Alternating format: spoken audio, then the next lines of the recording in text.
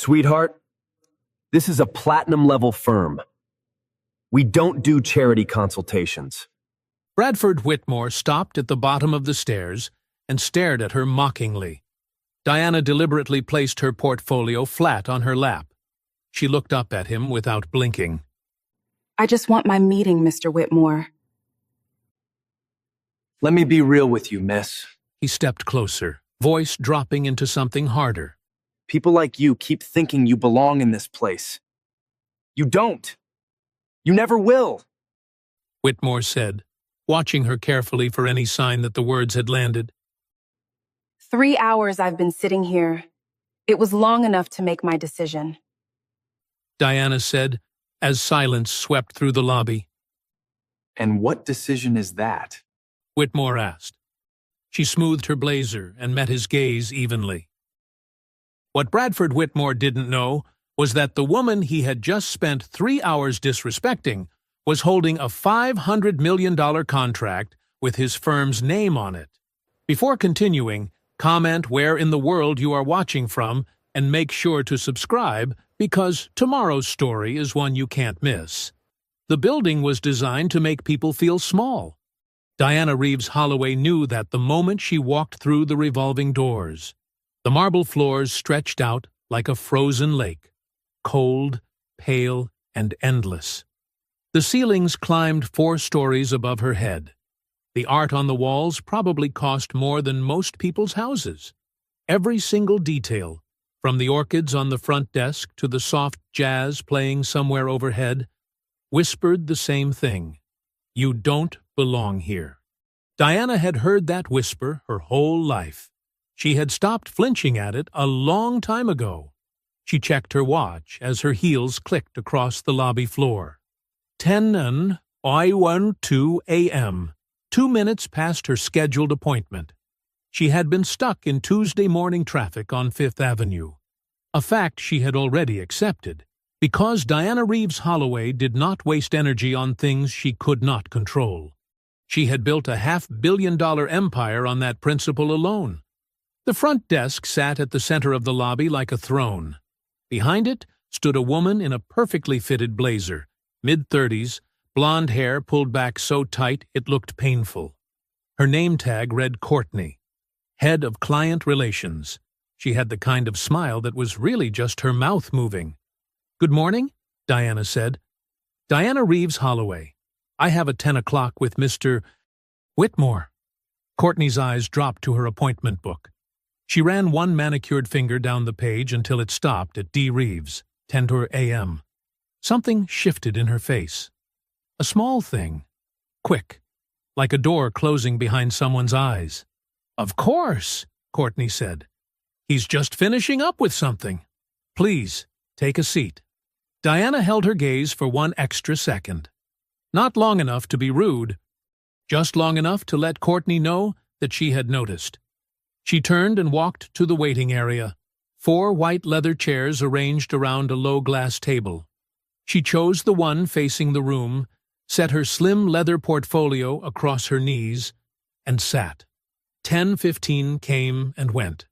The lobby moved around her like a slow river. A man in a gray suit crossed the floor talking into his phone. 2 junior associates in matching navy blazers stepped off an elevator laughing about something. A courier dropped off an envelope and left. Diana did not look at her phone. She did not cross and uncross her legs or tap her fingers against her portfolio. She simply watched the room. She had learned a long time ago that how you wait tells people everything about who you are. And she had no intention of showing Bradford Whitmore's lobby anything it could use against her. At 10:30, Courtney appeared from somewhere to Diana's right, walking with a stack of folders tucked under one arm. She glanced over as she passed. He won't be much longer, she said, without stopping. He won't be much longer. Not an apology. Not an explanation. A dismissal dressed up as reassurance. Diana watched her go. She placed her hand flat on top of her portfolio. Steady. Unhurried. The leather was smooth under her palm. Inside that folder were documents that Courtney had no idea existed.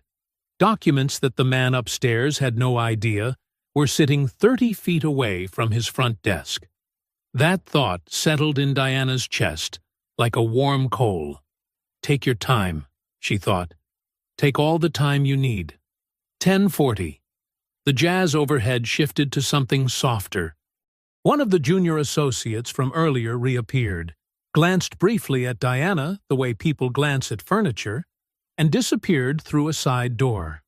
Diana exhaled slowly through her nose. She thought about the meeting she had driven here for.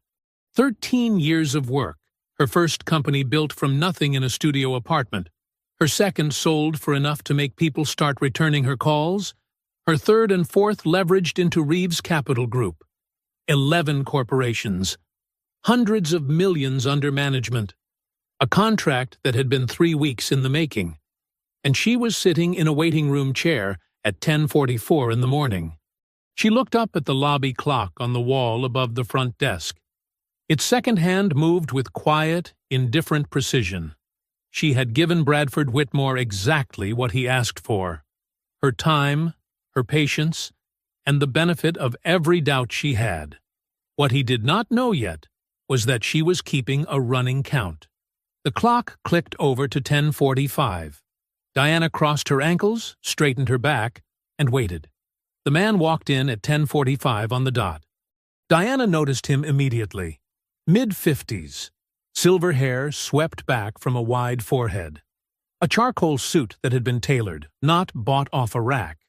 He carried nothing, no briefcase, no portfolio, no folder. Just himself, and the easy way he moved through a room like he already owned it. He did not stop at the front desk. Courtney Aldridge met him before he even reached it. She came around from behind the counter with her arms slightly open, her smile suddenly real for the first time all morning. "Mr. Harland," she said warmly, "so good to see you. Go right on up. He's expecting you." She walked him to the elevator herself, pressed the button, said something that made him laugh. When the doors closed, she turned back toward the lobby, still smiling. Her eyes passed over Diana, the way you pass over a potted plant. Then she walked back behind her desk and picked up her phone. Diana did not move. She did not shift in her seat, or tighten her jaw, or let a single thing show on her face. But she marked the moment, the way you mark something you plan to use later. Clean, deliberate, stored. No appointment, she thought. Walked straight in. Escorted personally. 3 minutes. Door to elevator. She looked down at her watch. She had been sitting in this chair for 43 minutes. 11 a.m. came and went. 11:30 followed. Then noon. The lobby continued its slow performance around her. Phones rang softly behind the desk. Elevators opened and closed. The jazz overhead played something without edges, the kind of music designed to make you feel like time wasn't actually passing. Diana knew better. At 11:15, a woman appeared from a side corridor. Older than Courtney, maybe late 40s, with close-cropped natural hair and a name badge that read Janet. She glanced up from the mail she was sorting, and her eyes found Diana still sitting in the waiting chair. Something passed across Janet's face. Not personal recognition. They had never met. Something deeper. The kind of recognition that doesn't need an introduction. Janet walked over quietly and leaned in. "Ma'am," she said softly, "I am so sorry. I don't know what's happening up there." She paused. "Can I get you anything? Water, maybe?" Diana looked up at her. Janet's eyes were steady and serious. In a building full of people performing their roles, this woman was simply being human. "Water would be lovely," Diana said. "Thank you." Janet returned and set the glass down with both hands, careful and deliberate, like it was the least she could offer, and she wanted to offer it properly. Their eyes met one more time. Diana said nothing. Janet said nothing. But something passed between them. A quiet, shared understanding about exactly what was happening in this lobby, and exactly what it meant. 12, trust, 12, 15, 12:30. Diana's portfolio had not moved from her lap. Her posture had not changed, but inside, she was counting. Every minute was a number. Every number was a fact. And facts, Diana had learned long ago, were the most powerful things in any room. At 12:45, Courtney materialized beside her chair, with the bright, hollow smile Diana had come to recognize as her only setting. "He is finishing up a very important call," Courtney said. "Just a little longer." Diana looked at her steadily. "Thank you, Courtney."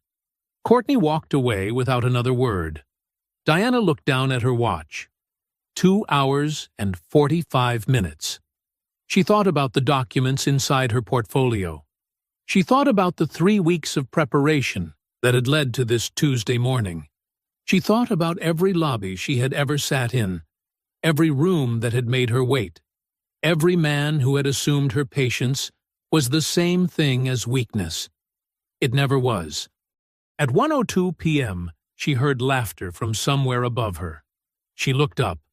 Bradford Whitmore III was coming down the marble staircase with 2 other men, all 3 mid-conversation, all 3 grinning.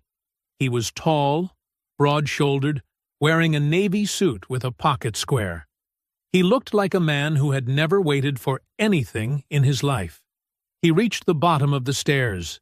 His eyes swept the lobby and landed on Diana. For a half-second, a fraction of a blink, his expression flickered. A small, unguarded confusion. Like a man who had walked into a room and found something he didn't quite remember leaving there. He recovered fast, crossed the lobby with his hand already extended, smile already assembled. "Ms. Reeves, is it?" he said. "Sorry about the wait. Come on up." Diana stood slowly. She smoothed the front of her blazer.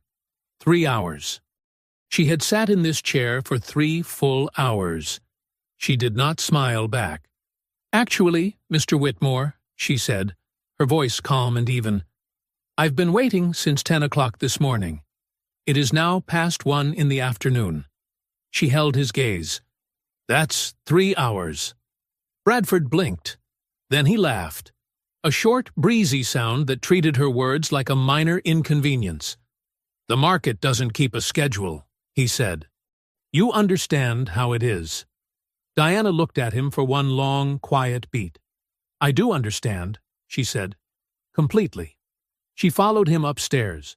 The conference room on the 4th floor was all glass and gray steel. It had a long table that seated 12, though only 3 chairs were being used today. Floor-to-ceiling windows looked out over Midtown Manhattan, a view that probably impressed people who hadn't earned one of their own. A screen at the far end of the room displayed the Whitmore Greer logo in navy and gold. Tasteful. Expensive. Entirely calculated. Bradford Whitmore took his seat at the head of the table without offering Diana a choice of where to sit. He simply gestured toward the chair directly across from him, the way you gesture toward a chair for someone you've already decided is less important than you are. Courtney slipped in behind them and took a seat in the corner with a notepad balanced on her knee.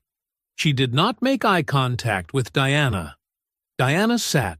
She placed her portfolio flat on the table in front of her, folded her hands on top of it, and waited.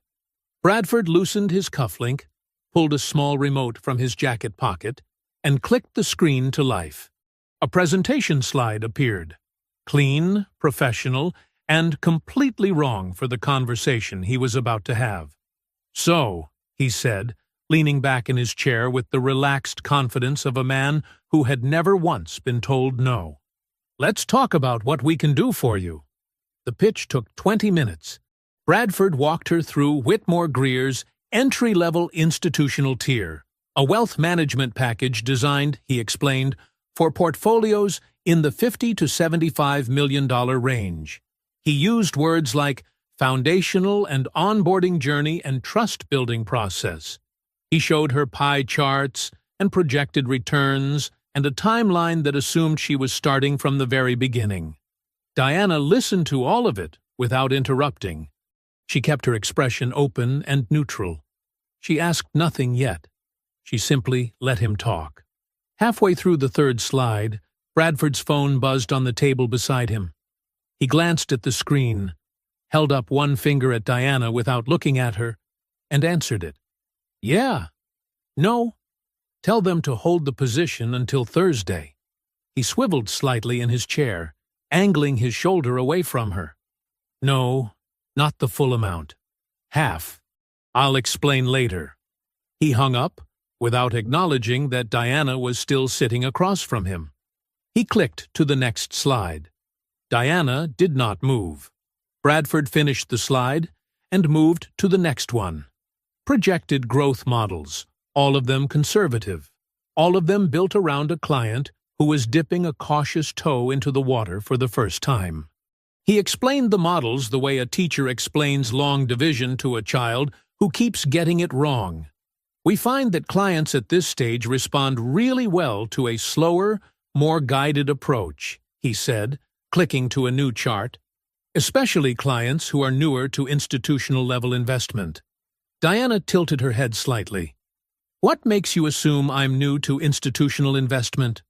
Bradford smiled, patient, indulgent. "I didn't mean anything by it. It's just our standard process." His phone buzzed again. He answered it again. "I said Thursday." He stood up slightly from his chair, turning fully away from her now. "No exceptions." He sat back down and cleared his throat. "Where were we?" "Your standard process," Diana said. "Right." He clicked forward. "Now, we typically recommend that clients at this level take some time before committing. Maybe bring in a financial advisor you trust, someone you've worked with before, just to get a second set of eyes on everything." He smiled again. "There's no rush. We want you to feel comfortable." Diana looked at him steadily. "A financial advisor you trust?" As though she had arrived at a car dealership with no idea what she wanted and needed someone to hold her hand through the paperwork. She was the financial advisor. She had been for 13 years. She said nothing. Bradford moved to his final slide. He clasped his hands together on the table and gave her the look that she imagined he gave everyone at this point. Warm, assured, slightly paternal. "Now, I will say, we prefer to start new clients at this tier first. It lets us establish trust and build a track record together before we move into anything more." He paused, searching for the word. "Substantial!" The word landed in the room like a closed door. New clients. Substantial. Start at this tier. Diana looked down at her portfolio. She placed one hand on top of it, opened the cover slowly, and looked back up at Bradford Whitmore with an expression that gave away absolutely nothing. "I see," she said quietly. "And what tier would a $500 million portfolio fall into?" Bradford laughed. It came out easy and automatic, the laugh of a man who found the question mildly amusing rather than serious. He leaned back in his chair and shook his head slowly, like Diana had just said something endearing. "500 million?" he said. "Well, that puts you in a completely different category altogether. That's our flagship Platinum Partnership tier." He gestured broadly, as though painting a picture of something grand. "We're talking our top 12 clients, institutions, legacy funds, people who have been with this firm for decades." He smiled at her across the table. "Is that the kind of number you're working toward?" Diana looked at him for one quiet moment. 13, she said. Bradford's smile held. "Sorry? You said 12 clients." Diana opened her portfolio. "It would be 13. She reached inside and placed a document on the table. She slid it across to Bradford with 2 fingers, smooth, unhurried, and folded her hands in front of her. Bradford looked down. The document was a preliminary term sheet. Whitmore Greer Financial Partners letterhead at the top. A $500 million institutional account transfer from Reeves Capital Group. Dated 3 weeks ago. reviewed and initialed at the bottom by Whitmore Greer's own compliance department. The smile left his face the way water leaves a drain, slow at first, and then all at once. His eyes moved across the page. Once, twice. Diana watched him read the same lines over and over, his brain refusing to fully accept what his eyes were showing him. In the corner, Courtney Aldridge had stopped writing. Her pen was frozen above her notepad, and she was staring at the table with the expression of someone who has just realized the floor beneath them is made of glass. Bradford set the document down. He looked up at Diana. Then he did what men like Bradford always do when the ground shifts under them. He reached for solid footing that wasn't there anymore. Diana! He spread his hands open on the table. Warm, familiar, as though they were old friends who had simply gotten off on the wrong foot. May I call you Diana? Of course. Obviously, I knew exactly who you were walking in here today. This process, what we walked through just now, this is purely standard. Every client, regardless of portfolio size, goes through the same onboarding presentation. That's just how we... Mr. Whitmore. Her voice was quiet, not loud, not sharp. It did not need to be either of those things. Bradford stopped talking. Diana leaned forward slightly. When she spoke, every word was precise and unhurried, like she had been saving them in a particular order for the last 3 hours. I arrived at this building at 10 o'clock this morning. You did not see me until 1 in the afternoon. She paused. Let that number sit on the table between them. At 10:45, a man walked in off the street with no appointment. Courtney personally escorted him upstairs in under 3 minutes. She glanced briefly toward the corner without turning her head. During this meeting, you answered your phone twice without excusing yourself. You presented me a package designed for portfolios a fraction of my size. And you suggested, she paused again, that I bring in a financial advisor I trust before making any decisions. The room was completely silent. I founded my first company at 24 years old, Diana continued. I have built and sold 3 businesses. I have been managing institutional capital for 13 years. Reeves Capital Group currently holds controlling interests in 11 mid-cap corporations across 4 industries. She let that land. I am the financial advisor, Mr. Whitmore. I have been for over a decade. Bradford's mouth opened, then closed. A vein Diana had not noticed before had appeared along his right temple. His hands, still spread flat on the table, had gone very still. He recovered one more time. It was a smaller recovery than the last one, shakier around the edges. Look, he said, his voice dropping into something harder now. I hope you're not going to let a simple scheduling mix-up cost you a significant financial opportunity. This is business. His jaw tightened almost imperceptibly. Let's not make it personal. Diana looked at him for a long moment. She closed her portfolio. She pushed her chair back from the table and stood, unhurried, the way she did everything. She picked up her portfolio and held it at her side. Thank you for your time, Mr. Whitmore, she said. She walked to the door, opened it herself, and stepped out without looking back. Behind her, Bradford Whitmore sat perfectly still at the head of his long, empty table, staring at a term sheet with his firm's name on it. Diana pushed through the revolving doors and walked out into the October air. The city hit her all at once. The noise, the cold, the smell of street food from a cart on the corner. After 3 hours inside that marble silence, Manhattan felt loud and alive and real in a way that the Whitmore Greer building never would. Her car was waiting at the curb. Her driver, a quiet man named Roy who had worked with her for 6 years, saw her coming and stepped out to open the door without being asked. He took one look at her face and said nothing. That was one of the many reasons Diana trusted him. She slid into the back seat and pulled the door shut behind her. Reeves Capital, she said. Yes, ma'am. The car pulled into traffic.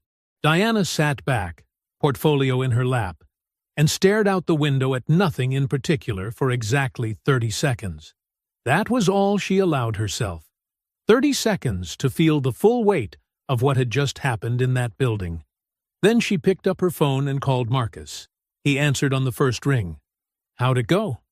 "Get Sylvia," Diana said. "I need you both in my office in 45 minutes. A pause. "That bad?" "Make the call, Marcus." She hung up and dialed Sylvia Okafor before the phone had even left her ear. Sylvia picked up on the second ring with the unhurried calm of a woman who had been expecting to hear from her for hours. "I need a formal contract withdrawal notice drafted and ready to send by the time I get back," Diana said. Sylvia did not gasp, did not ask if Diana was sure. That was why Diana had trusted her for 13 years. "Send it how?" Sylvia asked. "Certified courier, not email." Diana paused. "I want him to hold it in his hands." "It'll be ready," Sylvia said. Reeves Capital Group occupied the top 2 floors of a glass tower on Park Avenue. Diana had signed the lease on this office 7 years ago with a pen that she still kept in her desk drawer. Not for sentiment, for memory. For the specific reminder of what it had cost her to get here, and what it would cost anyone who tried to take it from her. She walked through the front doors at 2:15 p.m. Marcus was already waiting near her office, arms crossed, jaw set. He was 2 years older than Diana, but had always looked after her like she was the elder one, steady and watchful, a wall when she needed one. He took one look at her face as she walked past him and fell into step beside her, without a word. Sylvia was inside Diana's office, seated at the small conference table near the window, with a single document in front of her. 2 pages, clean, precise. Every word, exactly where it needed to be. Diana set her portfolio down on her desk, read the letter standing up, and reached for a pen. She signed it without sitting down. "Send it now," she said. Sylvia picked up her phone and made the call before Diana had even capped the pen. The courier arrived at the Whitmore Greer building at 3:47 p.m. Bradford Whitmore was standing at his desk when his assistant knocked and handed him the envelope. He looked at the return address. His expression did not change. He tore it open, unfolded the letter, and read it. "Reeves Capital Group is formally withdrawing from all negotiations with Whitmore Greer Financial Partners, effective immediately." He read it again. Then a third time. $500 million. Gone. Not restructured, not paused, not reconsidered. Gone. Before a single dollar had ever changed hands. He called Diana's office. Her assistant answered on the second ring. "Ms. Reeves Holloway's office. I need to speak with Diana. Now." "I'm sorry. She's unavailable at the moment. Can I take a message?" "Tell her Bradford Whitmore called. Tell her it's urgent." "Of course," the assistant said pleasantly. "Have a wonderful afternoon." She hung up. Bradford stared at his phone. Then he called the personal line, the number he had been given 3 weeks ago during the initial contract negotiations. It rang twice. Then Diana's voice, calm as a closed window. "I expected your call." Bradford exhaled. "Diana, listen. This morning got completely away from me, and I owe you a real apology. A proper one. Let me take you to dinner. Let me bring Tom Greer in personally. We can renegotiate the entire structure, whatever you need, Mr. Whitmore." He stopped. "I didn't withdraw because I was offended," Diana said. Her voice carried no heat, no anger. Just the steady, even certainty of someone reading facts off a page. "I withdrew because you showed me exactly how your firm operates when it believes no one important is watching." A brief pause. "That's the only data point I needed." The line went dead. Bradford stood at his desk for a long moment, his phone still pressed against his ear, listening to silence. Then his expression changed. The embarrassment drained out of it. What replaced it was something quieter and considerably more dangerous. He set his phone down on his desk and reached for his contact list. Bradford Whitmore did not sleep well on Tuesday night. By Wednesday morning, he was at his desk by 7, before his assistant arrived, before the cleaning crew had finished the hallways. He sat in his leather chair with his phone in his hand and his contact list open, and he started making calls. He did not yell. He did not threaten. He was far too smart for that. He simply talked. "Just something I wanted to flag," he said to the first contact, a fund manager in Boston who had done business with Reeves Capital for 4 years. "Heard some things coming out of that firm recently. Instability in the portfolio structure. Nothing confirmed, but you know how it is. Thought you should be aware." He paused to let the seed land. "The founder is talented, I'll give her that. Young, though. 37. And I think the youth shows sometimes, if I'm honest. Made a very emotional decision this week. Blew up a significant partnership over what I'd call a bruised ego." He chuckled. Easy, conversational, the sound of a man sharing a confidence between friends. Just something to keep in mind going forward. He hung up and moved to the next name on his list. He made 11 calls before noon. Diana did not know any of this on Wednesday morning. She was in her office running quarterly projections with 2 of her analysts when her assistant knocked and told her that the Henderson Group had called to reschedule their annual review meeting. No reason given. Could they move it to sometime next month? Diana told her assistant to confirm the reschedule and went back to her projections. An hour later, the second call came. Meridian Capital Partners wanted to push their review to a later date as well. Again, no reason. Just a polite request to move things. Diana stopped what she was doing. 2 rescheduled meetings in a single morning, both without explanation, both from partners she had worked with for years. She sat with that for a moment. Then she picked up the phone and called Marcus. By Thursday morning, Marcus had the answer. He had heard it from a contact at a competing firm, a man he trusted, a man who had no reason to make things up. Bradford Whitmore had been working the phones. 2 days of quiet, targeted conversations with some of the most well-connected names in institutional finance, planting the same story everywhere he went. Reeves Capital was unstable. Its founder was reactive. A 37-year-old who had risen fast and didn't know how to handle herself when things got difficult. Marcus called Diana the moment he hung up. "It's Bradford," he said. "He's running a whisper campaign." Diana was quiet for 3 full seconds. "How far has it spread?" "Far enough that I'm hearing it secondhand by Thursday morning." "Come in," she said. "Bring Sylvia." They spread everything across the conference table that afternoon. Every rescheduled meeting. Every contact who had gone cold. Every conversation Marcus had been able to piece together through his network. Diana stood at the head of the table and looked at the picture taking shape in front of her. It was methodical. She had to give Bradford that much. He wasn't swinging wildly. He was working a circuit, the same closed loop of old money relationships he had been operating in his entire career. Men who had known his grandfather. Men who played golf together and sat on the same boards and moved in the same rooms and trusted each other's instincts the way people trust family. He knew exactly which doors to knock on and exactly what to say when they opened. And he knew something else, too. He knew that the words young and emotional and reactive carried a particular kind of weight when attached to a black woman in finance. He didn't have to explain it. He didn't have to say anything that could be quoted or repeated back to him. He just had to put those words in the air and let the room do the rest. Diana stared at the table. Her phone rang. It was Robert Calloway, a fund manager she had worked alongside for 7 years, a man she respected. She answered it. "Diana," he said carefully, "I'm going to be straight with you.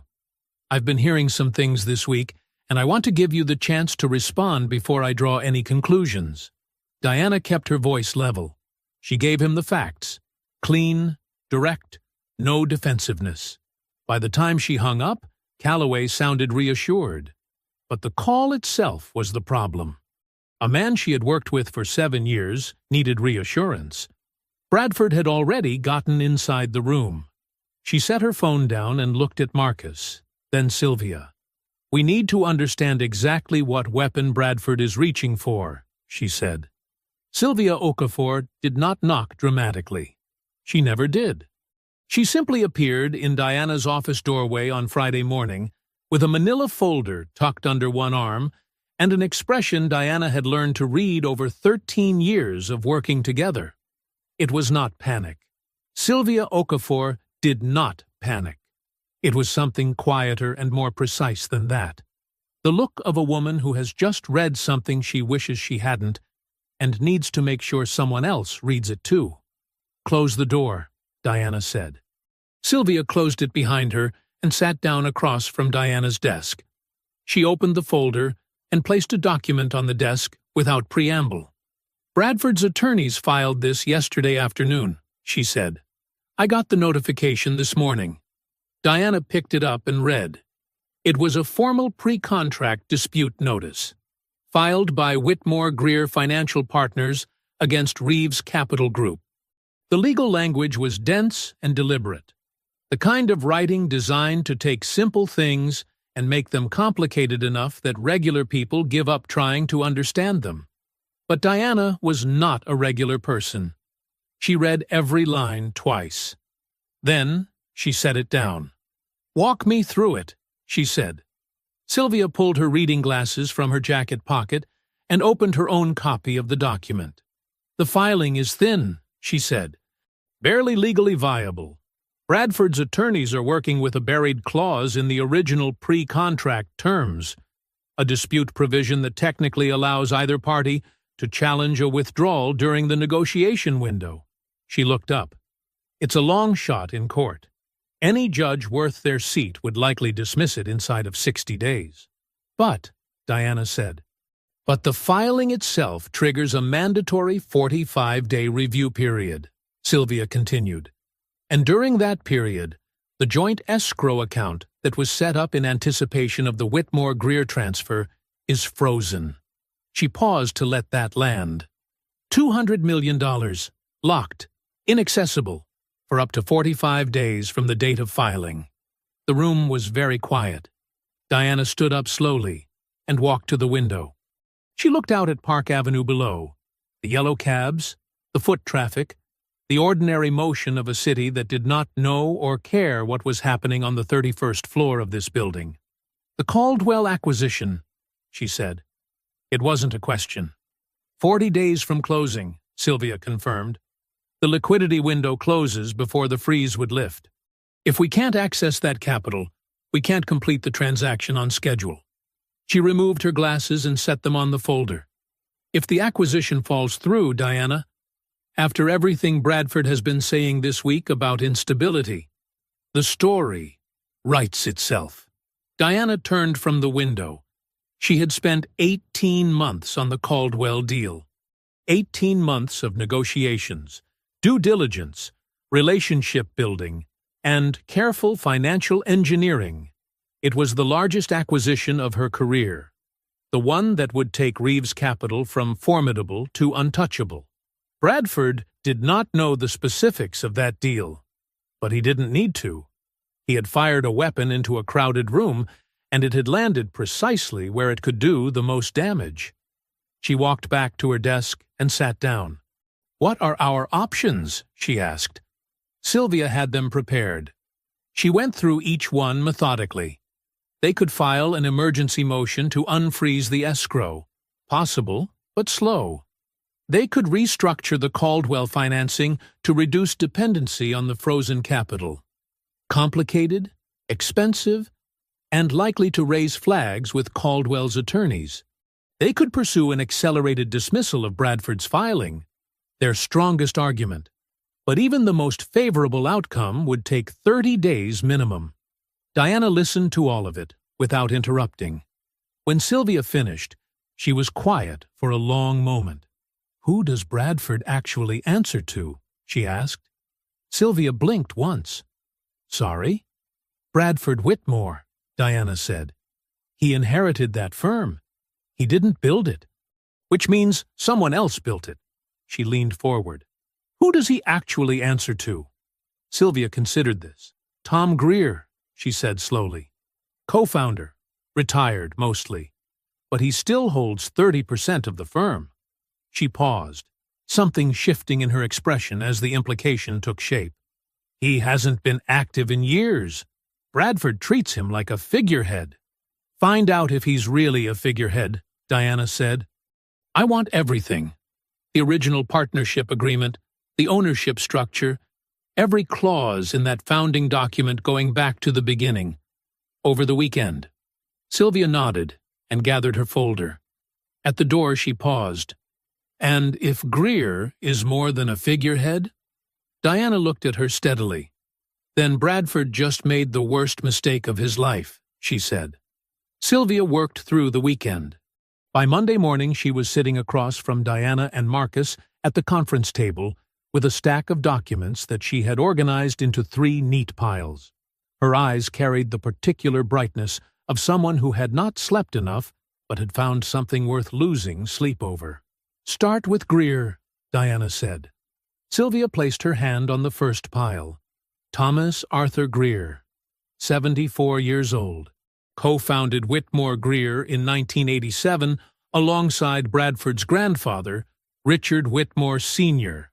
Built the firm from a 2-man operation into one of the most respected wealth management houses on the East Coast. She paused. He retired from day-to-day operations 8 years ago. Bradford was appointed CEO shortly after. Since then, Greer has had almost no public presence in the firm. "Almost," Marcus said. Sylvia looked at him. "Almost." She slid a document from the first pile toward Diana. The original 1987 partnership agreement, still legally active. Never amended, never superseded. She pointed to a clause midway down the second page. "Under the terms of this agreement, Tom Greer retains full veto power over any legal action taken in the firm's name that exceeds a defined financial threshold." She tapped the number on the page. "Bradford's filing against us clears that threshold by a significant margin."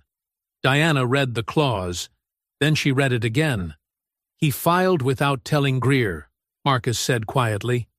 "He filed without telling Greer," Sylvia confirmed, "which means Bradford didn't just retaliate against a client.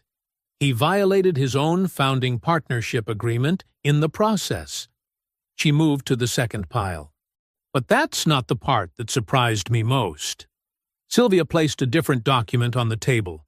It was thinner than the others, a summary page with a case reference number printed across the top, and the words "Sealed Arbitration Record" stamped in faded red ink below it. 8 years ago, Sylvia said, a senior employee at Whitmore Greer filed an internal complaint. Her name is Patricia Hughes. She was 61 now, pushed out of the firm shortly after the complaint was raised.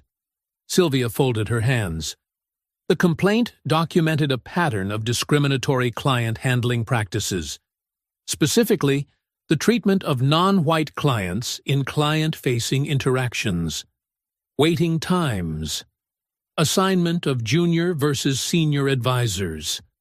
The language used in initial consultations. The table went quiet. She was offered a settlement, Sylvia continued. She signed an NDA. The case was sealed. She looked at Diana directly. But the existence of the arbitration record is a matter of legal record. I accessed it through proper channels. The details are sealed, but the fact that it happened, and that the firm paid to make it go away, is not. Diana sat back in her chair. What Bradford had done to her on Tuesday was not a bad day. It was not a scheduling failure or a thoughtless mistake or an isolated moment of careless arrogance. It was a pattern, documented, paid for once already, and then repeated on a Tuesday morning in October on the wrong woman. Marcus was staring at the table, His jaw was tight. "So he's done this before," he said. "The firm has done this before," Diana said quietly. Bradford just kept the tradition alive. She stood up. She straightened her jacket. "Get me Tom Greer's address," she said. Tom Greer lived in a brownstone in Greenwich, Connecticut. A quiet, well-kept street lined with oak trees that had been there longer than most of the people on it. Diana drove herself. No Marcus, no Sylvia. This was not a legal visit. It was a conversation between two people who built things. Greer answered his own door. He was tall, but had gone slightly soft with age, white-haired, wearing a cardigan over a collared shirt. He looked like someone's grandfather. He looked, Diana thought, like a man who had spent 74 years being mostly comfortable and mostly unchallenged. He recognized her name when she introduced herself and let her in without hesitation. They sat in his study. Books on every wall. A fire that had burned down to low orange coals. Diana did not bring lawyers or theatrics. She simply placed two documents on the coffee table between them: the unauthorized legal filing and the relevant clause from the 1987 partnership agreement, and explained clearly and calmly what had happened. Greer listened without interrupting. He picked up the filing. He read the partnership clause. He set both documents down. For a long moment he said nothing. Diana stood. "I thought you should know," she said simply. She thanked him for his time and let herself out. She drove back to Manhattan without the radio on, watching the Connecticut trees give way to highway, and waited. Diana was in her office by 7 on Tuesday morning. She did not tell Marcus or Sylvia what she was waiting for. She did not need to. They had both read the same documents she had read. They understood that everything now depended on a 74-year-old man in a Connecticut brownstone who may or may not have decided that his co-founder's grandson had finally gone too far. She worked through her morning as though it were any other, reviewed the Caldwell acquisition files, returned 3 calls, signed off on 2 internal reports. She did not check her phone more than usual. She did not watch the door. She simply worked and waited, the same way she had sat in Bradford Whitmore's lobby chair, still on the outside, counting on the inside. At 11:42 a.m., Sylvia appeared in her doorway. She was holding a single sheet of paper, and she was smiling. Not the small, careful smile she used in meetings, but a real one, the kind that reached her eyes and stayed there. "He did it," Sylvia said. Tom Greer had called his personal attorney at 9 o'clock Tuesday morning. By 11:15, he had formally exercised his veto rights under the 1987 partnership agreement. The legal filing Bradford had submitted against Reeves Capital Group was officially withdrawn. The mandatory review period was canceled. The joint escrow freeze was lifted. $200 million unlocked. Sylvia placed the confirmation document on Diana's desk. Diana read it once, top to bottom, then set it flat on the table in front of her and pressed both palms against it, a quiet, private gesture that lasted only a second before she straightened and reached for her phone. She called the Caldwell acquisition team first, told them the timeline was intact. The closing would proceed as scheduled in 40 days.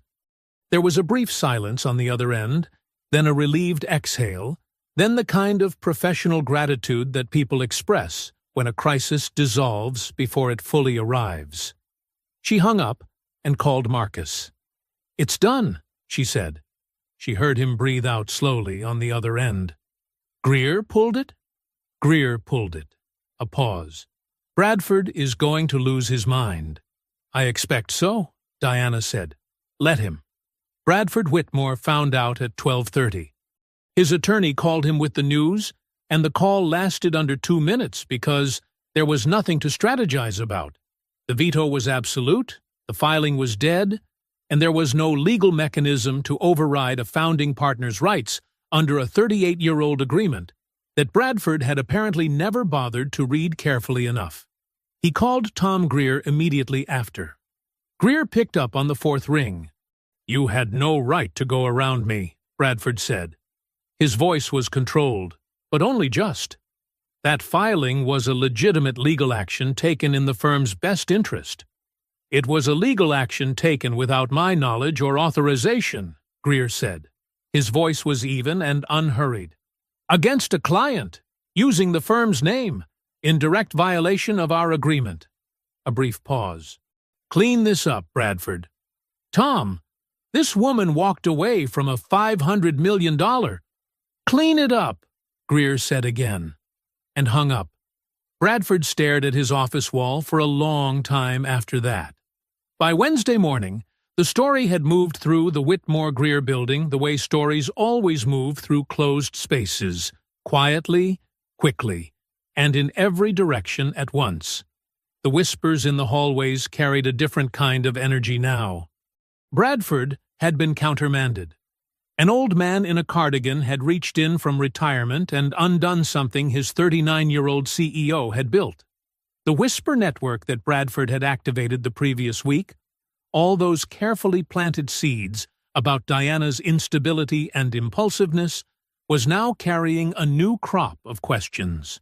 About Bradford, about his judgment, about whether the man running Whitmore-Greer actually knew what he was doing.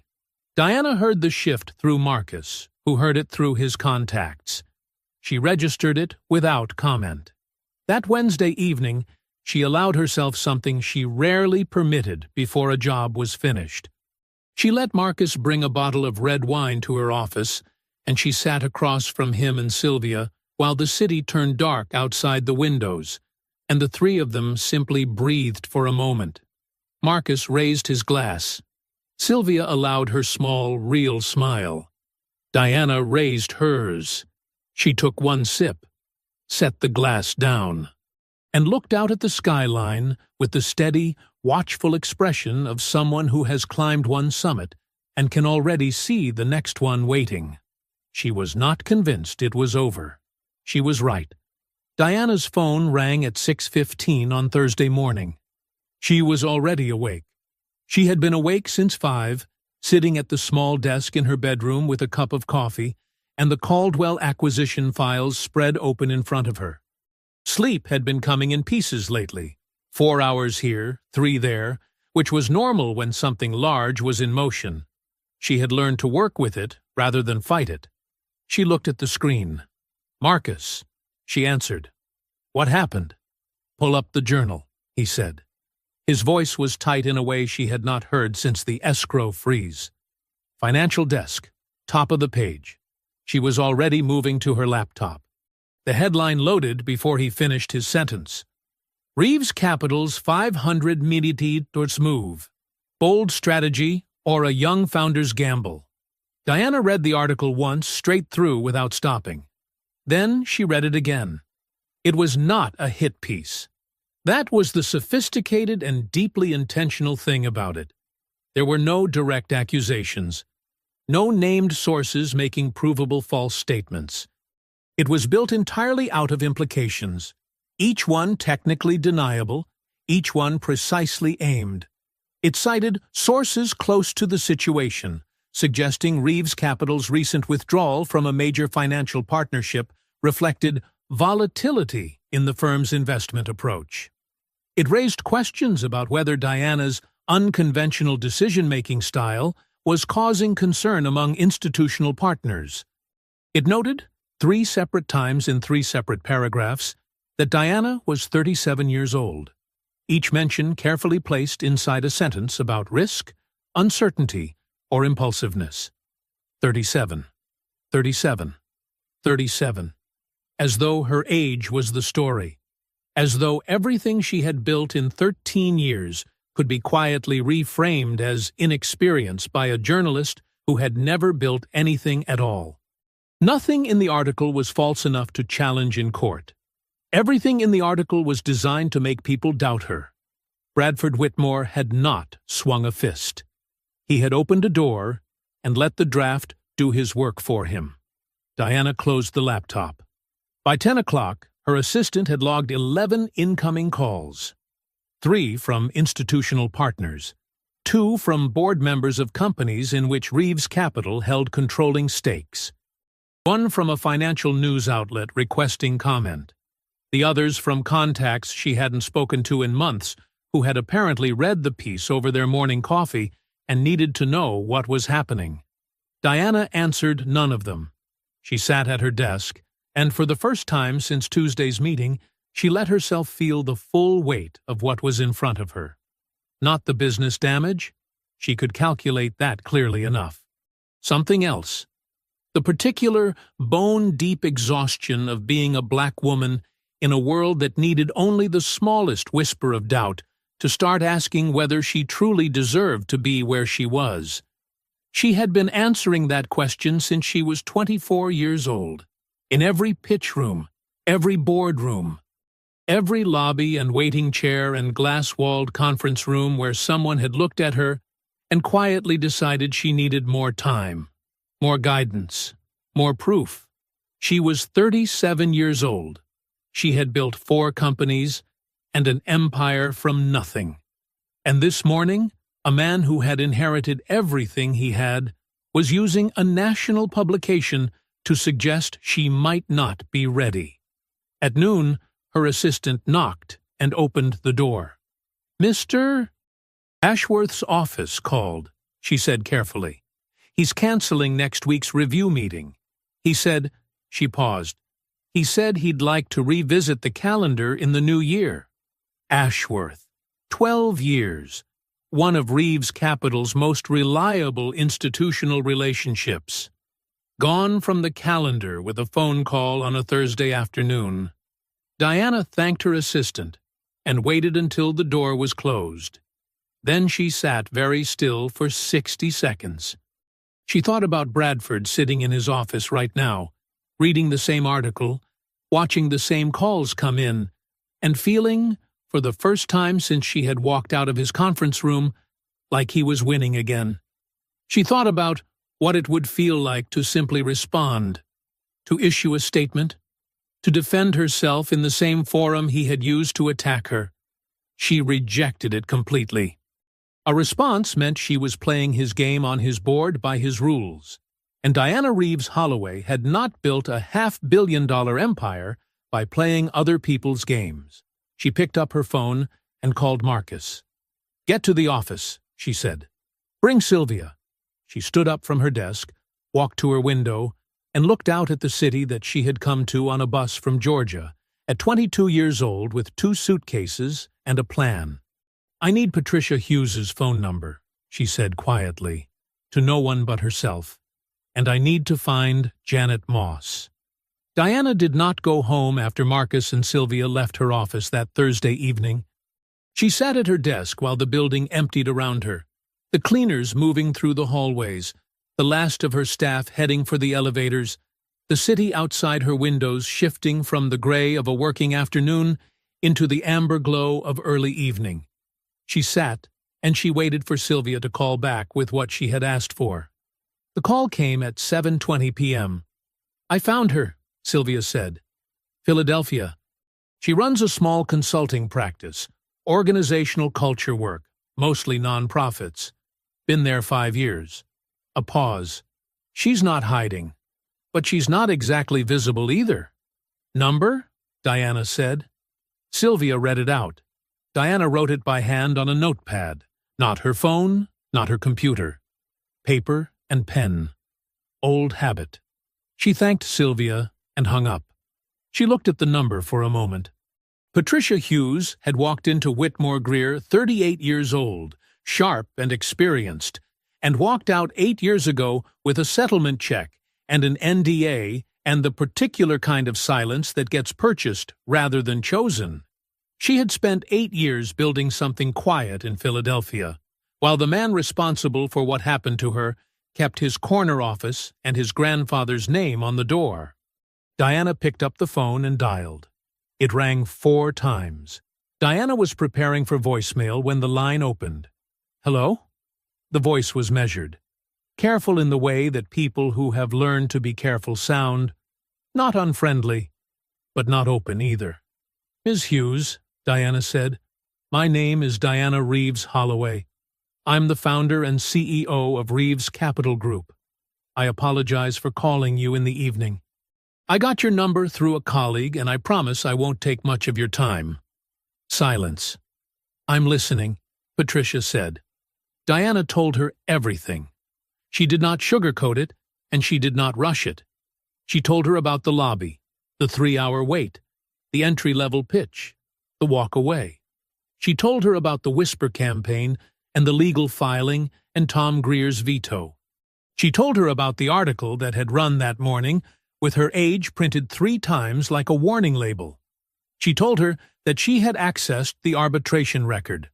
Not its contents, which were sealed, but its existence. The fact that a complaint had been filed. The fact that money had changed hands. The fact that the pattern had a history. Patricia did not speak during any of this. Diana finished and waited. The silence stretched long enough that Diana checked the screen to make sure the call was still connected. "Ms. Hughes," Diana said carefully, "I am not asking you to violate your NDA. I would never ask you to do that." She paused. "I am asking something different. There is a journalist, a serious one, investigative, national publication, who is building a story about discrimination patterns in institutional wealth management. Industry-wide. Not firm-specific." She kept her voice even. "I'm asking whether you would be willing to speak to her on the record about your general professional experience, your observations, what you saw and what happened to you in that industry. Nothing that touches the terms of your settlement." Another long silence. Then Patricia asked one question. Her voice was very quiet when she asked it. "Does he still work there?" Diana felt something tighten in her chest. "Yes," she said. "He does." The silence that followed was different from the others. It had a different weight to it. Diana recognized it. The specific, concentrated quiet of a person who has been waiting 8 years for a door to crack open and is now deciding whether to walk through it. "When do you need me?" Patricia said. Diana exhaled slowly. "I'm going to have a journalist named Rihanna Vasquez call you within 48 hours. She is thorough and she is fair. You control what you share and what you don't. That never changes." "All right," Patricia said. "Thank you," Diana said. "I mean that." "Ms. Reeves Holloway," Patricia said. And something in her voice had shifted, opened slightly, like a window after a long winter. "Thank you for calling me." Diana hung up and sat quietly for a moment in her empty office. Then she called Sylvia and gave her Reina Vasquez's contact information and a full briefing. Sylvia asked no unnecessary questions. She never did. Diana checked the time when she ended the call. 9:47 p.m. She wrote 2 words on the notepad beneath Patricia's number. Janet Moss. She would call in the morning. Diana was at her desk by 8 on Friday morning. She had Marcus's message waiting for her when she arrived. A text sent at 7:45 a.m. with a phone number and 3 words beneath it. Found Janet Moss. Diana had not asked him how. Marcus had his methods, and they had never failed her yet. She looked at the number. She thought about the woman who had crossed a lobby with a glass of water and placed it on a table with both hands like it was the only dignified thing she could offer. A small act in a cold building. The kind of thing most people would never notice, and Diana had never forgotten. She picked up her phone and dialed. It rang twice. "Hello?" Janet's voice was cautious from the first syllable. The sound of someone who had learned that unexpected calls rarely brought good news. "Ms. Moss," Diana said, "my name is Diana Reeves Holloway. I don't know if you remember me." "I remember you," Janet said immediately. A pause. "You were in the lobby 3 weeks ago, Tuesday morning." "That's right," Diana said. "I was the woman you brought water to." Another pause, shorter this time. "Yes?"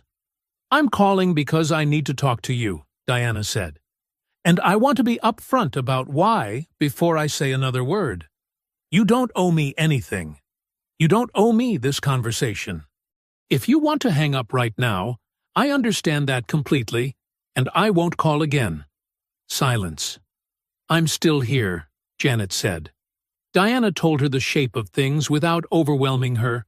The whisper campaign, the legal filing, the article. She told Janet that a respected investigative journalist named Rena Vasquez was building a documented, thoroughly fact-checked story about discrimination patterns in institutional wealth management. Not an attack piece, not a takedown. A story built on evidence, on first-hand accounts, on the kind of careful journalism that held up in the light.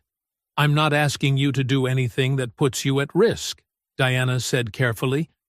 I'm asking whether you have any observations, first-hand observations, about how clients were treated in that lobby. What you saw, what you noticed over time. The line went very quiet. Diana waited. Ms. Reeves Holloway. Janet's voice had changed. It was still careful, but something underneath it had shifted, like a locked drawer that had been bumped and was now slightly open. Can I ask you something first? Of course. Are you doing this because of what happened to you specifically? A pause. Or is this about something bigger? Diana considered the question seriously, the way it deserved. Both, she said honestly. What happened to me was real, and it was wrong. But I've been in that industry for 13 years, and I know it wasn't just me. And it wasn't just that morning. She paused. I think you know that too. The silence that followed was long enough that Diana stood up quietly from her desk and walked to the window. She did not fill the silence. She had learned long ago that some silences needed room to breathe. When Janet spoke again, her voice was slower, more deliberate. I've kept a journal, she said, for 6 years. I started it because... She stopped, started again. Because nobody ever believes you. Not without proof. And I saw things in that lobby, Ms. Reeves Holloway. I wrote them down. Dates. Names when I had them. What happened. Who waited and who didn't. Another pause. Who got the elevator and who got the chair. Diana closed her eyes for just a second. 6 years, she said quietly. 6 years, Janet confirmed. Dozens of entries. Diana turned back from the window. Janet, she said, I want you to know that whatever you decide, whether you share that journal or not, what you did 3 weeks ago in that lobby mattered. The water mattered. You seeing me mattered. Her voice was steady and direct. But I'm not going to pressure you. This has to be your choice, entirely yours. I need the weekend, Janet said. Take it, Diana said immediately. Call me Sunday morning. Whatever you decide, I'll respect it. All right, Janet said. Then, very quietly, I'm glad you called. Diana set her phone down and stood at her window for a moment. Then she turned to find Marcus leaning in the doorway. He had come in while she was on the call and stood there without interrupting, reading the shape of the conversation from the half he could hear. She has a journal, Diana said. 6 years of documented entries. She looked at him steadily. If she shares it, this is over for him. Janet called at 7:55 on Sunday morning, 5 minutes before their agreed time. Diana was already at her kitchen table with coffee, dressed, her notepad open in front of her. She answered before the second ring. I'll talk to her, Janet said. No preamble, no hesitation. The voice of someone who had spent the weekend making a decision and had finished making it. Are you sure? Diana said. I've been sure since Thursday, Janet said quietly. I just needed the weekend to stop being scared. Diana felt something move through her chest, warm and solid. I'm going to connect you with Rena Vasquez today. She'll call you within the hour. You control everything. What you share, what you don't, how much you say. That never changes. I know, Janet said. I trust you. Diana thanked her, ended the call, and immediately dialed Vasquez. By 10 o'clock Sunday morning, Janet Moss and Rena Vasquez were on the phone together. Diana knew because Vasquez sent her a single text message 40 minutes after the call began. 2 words. "This is real." Diana set her phone face down on the table and looked at Sylvia, who was sitting across from her in Diana's living room with a leather briefcase open at her feet and 4 separate document folders arranged on the coffee table between them. "Ready?" Diana said. "Been ready since Friday," Sylvia said. They drove to Connecticut together. Tom Greer answered his door in the same cardigan he had been wearing the first time Diana visited. He looked at her, then at Sylvia standing beside her with the briefcase, and his expression settled into something careful and attentive. "I thought you might come back," he said. He led them to his study. The fire was cold today. Outside the windows, the Connecticut trees were losing the last of their October leaves, dropping them onto a lawn that was otherwise perfectly kept. They sat. Sylvia opened her briefcase. "Mr.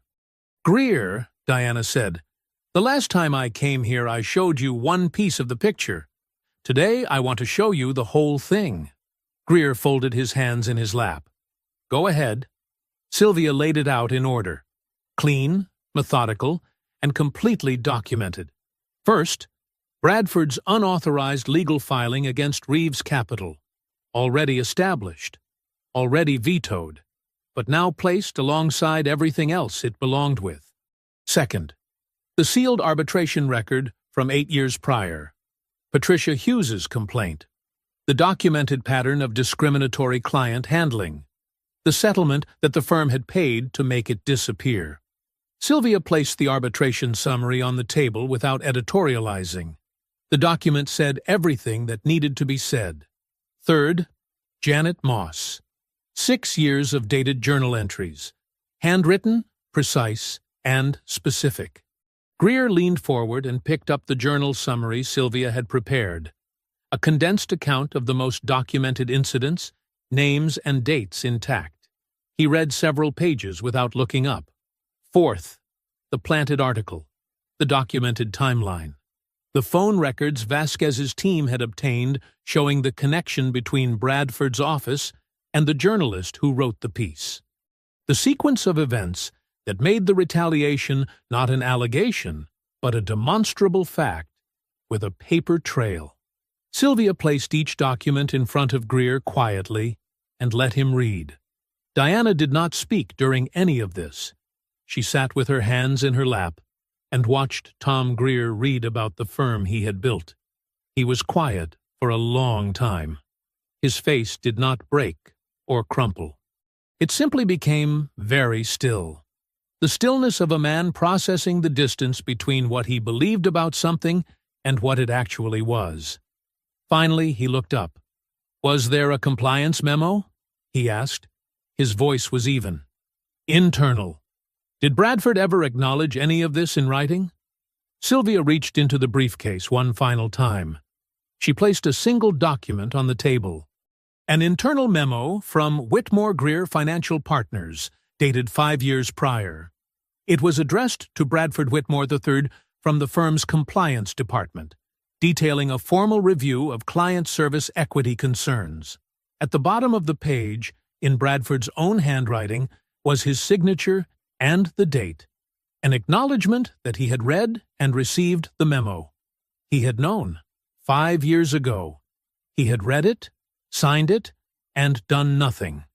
Greer stared at the signature for a long time. The room was completely silent, except for the wind moving through the trees outside. Then Tom Greer looked up from the table.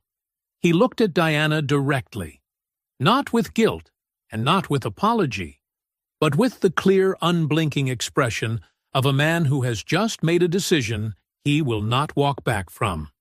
"I'll speak to Rena Vasquez," he said. The article went live at 6 a.m. on a Sunday. Diana was awake before it published. She had known the date for 10 days and had not told anyone outside of Marcus and Sylvia. She sat at her kitchen table in the dark, with her coffee and her phone, and waited for the notification that told her it was live. It came at 6:03 a.m. Inside Whitmore Greer, a pattern of bias that cost them $500 million and more. She read it straight through without stopping. Every word she had spoken to Rena Vasquez was there. Precise, unaltered, exactly as she had said it. Patricia Hughes's account was measured and specific and devastating in its plainness. Janet's documented observations stretched across 4 paragraphs of the piece like a ledger of everything the firm had tried to pretend wasn't happening. The unauthorized legal filing, the planted retaliation article, the timeline that connected Bradford's office to the journalist who wrote it, and at the bottom of page 3, in a single quoted paragraph, Tom Greer. The pattern documented in this report is deeply concerning and inconsistent with the values on which this firm was founded. The Whitmore Greer Board is initiating an immediate internal review of all relevant practices and personnel decisions. Personnel decisions. Diana set her phone face down on the table. She closed her eyes for 10 seconds. Then she picked it up and texted Marcus and Sylvia the same 2 words. It's live. By Sunday afternoon, the financial community had read it. 2 of Whitmore Greer's platinum-tier clients, both large institutional funds with their own governance boards and diversity mandates, called the firm's main line within hours of each other, requesting urgent meetings first thing Monday morning. Neither call was a social courtesy.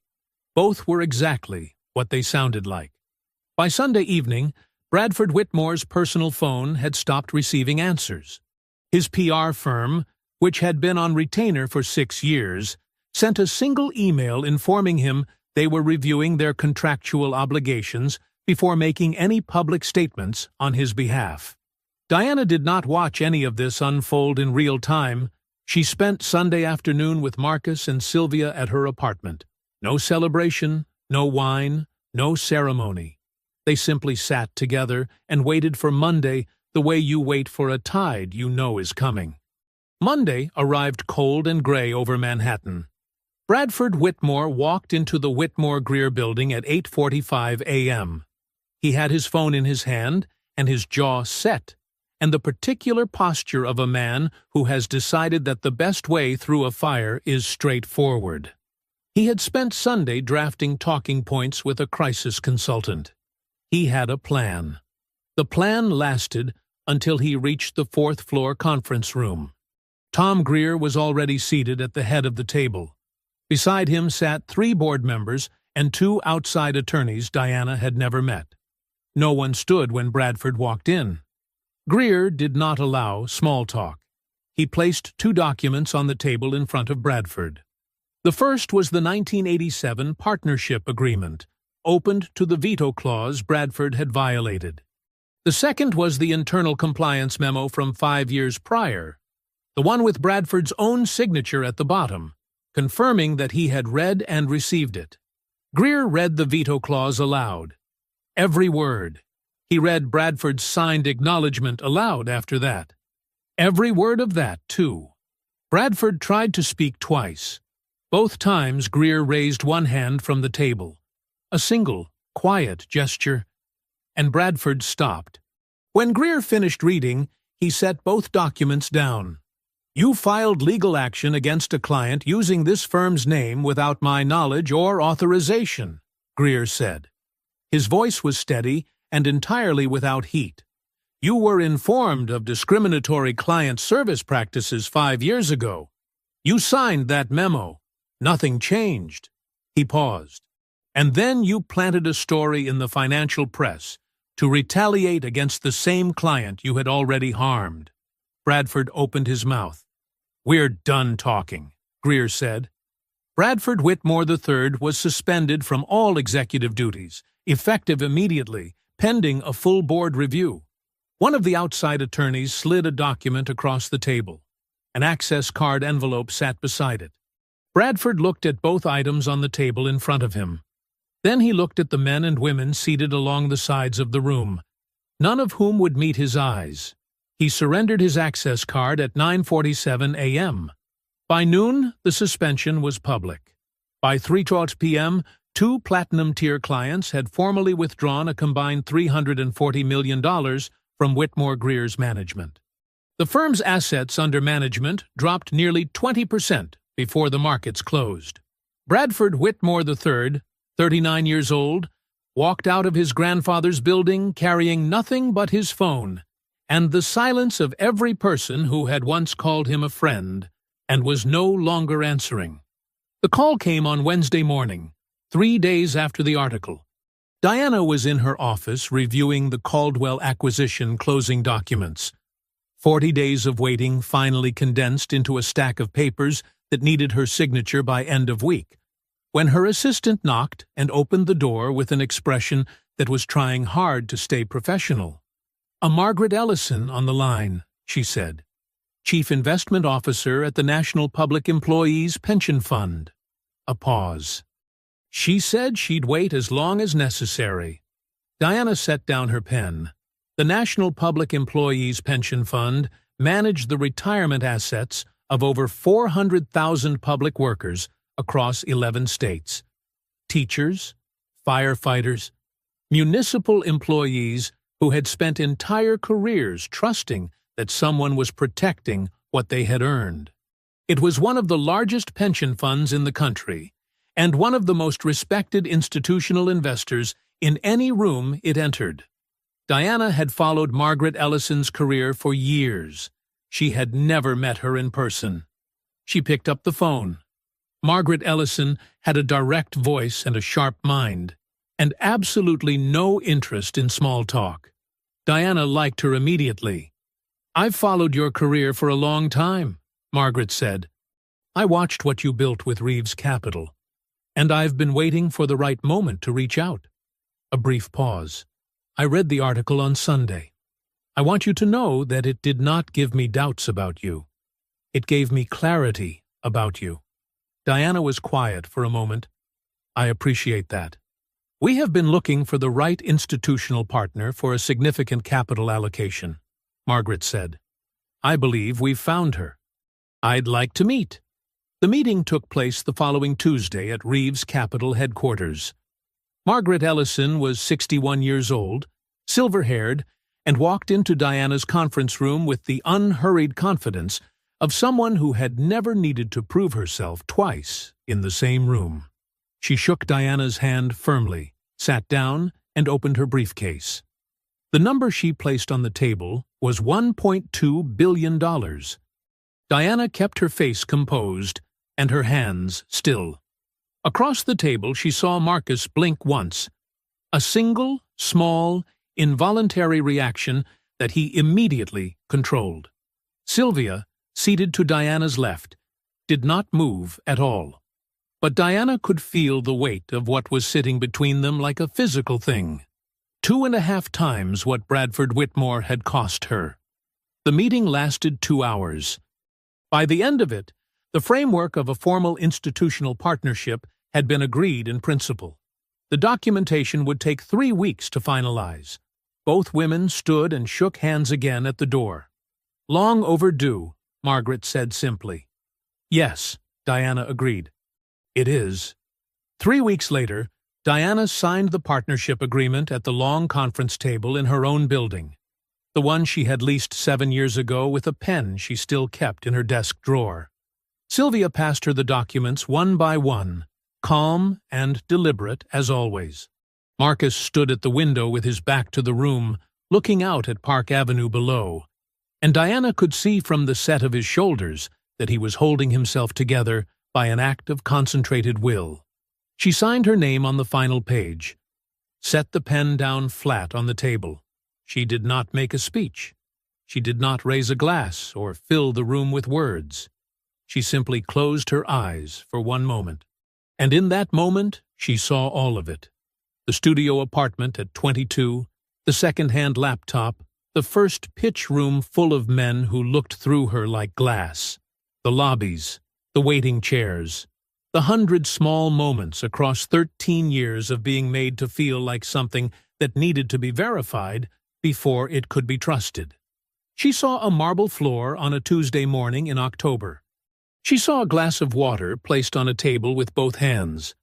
She opened her eyes, looked at the signed page in front of her, and thought, "This is what patience looks like when it finally arrives."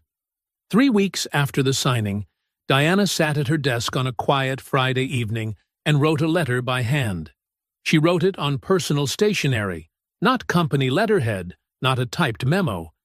Her own handwriting on her own paper. The way you write to someone who deserves to know that a real person is on the other end. She thanked Janet Moss for her courage. She told her that what she had done, the journal, the phone call, the decision to speak, had mattered more than Diana could properly say in a letter. She enclosed a formal job offer, Director of Client Experience at Reeves Capital Group, a position that had been created specifically because of who Janet was and what she understood about what it meant to make someone feel seen. The salary was 3 times what Whitmore Greer had paid her. Diana sealed the envelope herself and sent it by courier that same evening. Janet read the letter at her kitchen table on a Saturday morning before sunrise. She read it once, then again. She sat with it in her hands for a long time in the quiet of her kitchen, with her coffee going cold beside her. Then she set the letter down carefully on the table, the way you set down something you plan to keep. She called Whitmore Greer at 8 a.m. Monday morning and resigned. On her first day at Reeves Capital, Janet Moss walked through the front doors of the Park Avenue building and stopped just inside the entrance. The lobby was nothing like Whitmore Greer's. No cold marble stretching to the horizon. No art on the walls announcing its own importance. It was clean and warm and full of the quiet motion of people who were there because they had earned the right to be. Diana was standing in the center of it, not at a desk, not at a distance. Right there, in the lobby, on her feet, waiting. She extended her hand when Janet reached her, and Janet took it. "Welcome," Diana said. Her voice was warm and simple and meant every syllable. "There's no waiting here. If you enjoyed the story, leave a like to support my channel, and subscribe so that you do not miss out on the next one. On the screen, I have picked 2 special stories just for you. Have a wonderful day.